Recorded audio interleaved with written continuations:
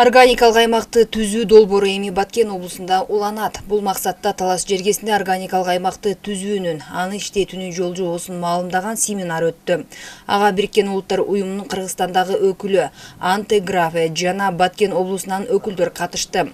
Тажрыйба алмашуу максатында уюштурулган семинарда Био-КG органикалык кыймыл федерациясынын өкүлдөрү органикалык айыл чарба продукцияларын өндүрүүдө аткарылган иштери туурасында маалымат беришти. Органикалык аймак жергиликтүү коомдуктарда комплекстүү өнүктүү деп аталат. Химиялык кошумаларсыз таза азык-түлүк продукцияларын өндүрүү үчүн органикалык аймактарды түзүү өлкө аймагы боюнча жайылтуу зарылчылдыгы бар. Анткени бул долбоор адамдын ден соолугуна кам көрүүгө жана дыйкан фермерлердин кирешесин арттырууга жол ачарын иш-чаранын катышуучулары билдиришет. Мен ушул Талас жергесине келгениме абдан бактылуумун. Ушундай кооз табигаттын кооздугуна аябай суктанып атам. Органик аймагы деген модельди таанышып, ушул жергиликтүү фермерлер ушул органический фермерствого өткөнү жакшы модель болуп атат. Биякта болсо 300 фермер, 300 домохозяйство ошо органический фермерствого өтүптүр. Бул деген абдан жакшы долбоор. Бул күнү семинардын катышуучулары Талас районундагы органикалык аймактардын иш ыргагы менен жеринде таанышышты.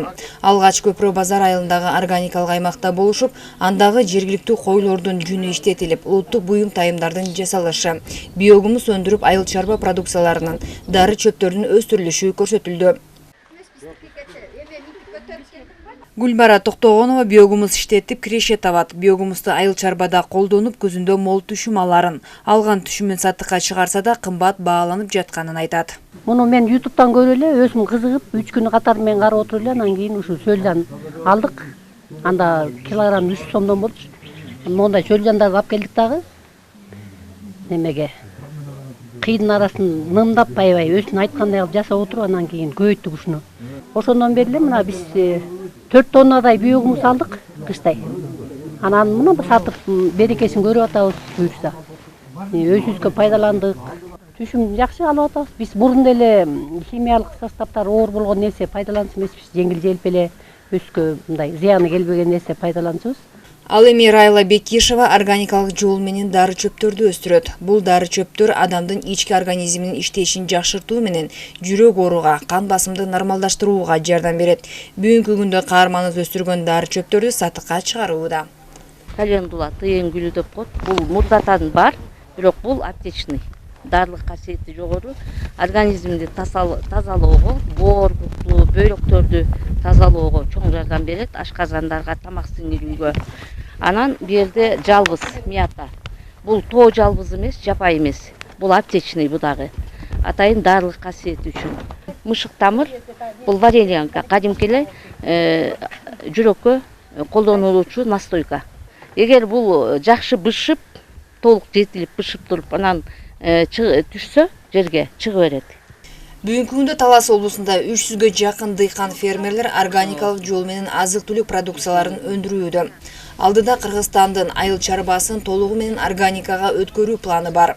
Ал үчүн мамлекет тарабынан колдоо таап, логистикалык борборлор курулса дешет адистер. Бүгүнкү семинардын максаты бул органикалык аймак модели Талас жергесинде көп жылдан бери иштеп атат. Эң негизги айтып кетүүчү нерсе ушул Баткенден келген фермерлер өтө мындай кызыктуу, кызыгышып, ынтазар менен көңүл бурушуп атат. Ар бир маселеге токтошуп, суроо беришип, азыр убакыттын тардыгына байланыштуу биз азыр экинчи аймакка өтүп баратабыз. Негизги максат ушул.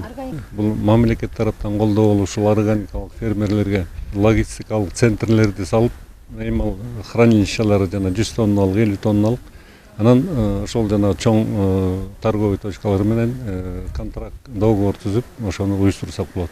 Бүгүнкү күндө Кыргызстан боюнча 9 органикалык аймак уюштурулуп, ал 22 айылдык кучагына камтыйт. Анда жерин тазалап баштап, органика статусун алган 1056 фермердик чарба, 3127 гектар жер аянтын иштетип жатат. Чолпон Сабитова, Калмурат Мейманбеков, Зина Акматова, Талас району.